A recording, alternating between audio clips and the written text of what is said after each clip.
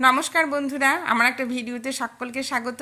তো আজকে আমি চলে এসেছি এখন নিচের বাগানে জল বাগানে আমার সুন্দর পদ্ম হয়েছে। চৌবাচ্চার মধ্যে আমি পদ্মের টিউবার লাগিয়ে দিয়েছিলাম, সেই পদ্মের টিউবার বেশ সুন্দরভাবে বেড়ে উঠেছে। তার মধ্যে এখন বৃষ্টির জল পেয়ে গেছে, খুব সুন্দর গাছে গ্রোয়িং, প্রচুর পরিমাণে পাতা এবং ফুলও হয়েছে।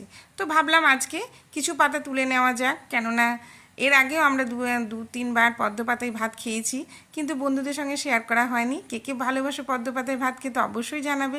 আমরা তো ভীষণভাবে ভালোবাসি, তার জন্যই শেয়ার করতেও চলে এলাম। এখানে অনেকগুলো পদ্মের কুড়িও এসেছে, এটা শ্বেতপদ্ম। আর এখানে যে গামলার মধ্যেও আমি পদ্ম লাগিয়েছি সেটা গোলাপি, একদম ডিপ গোলাপি। এটারও একটা কুড়ি এসেছে, ফুল ফুললে অবশ্যই শেয়ার করব।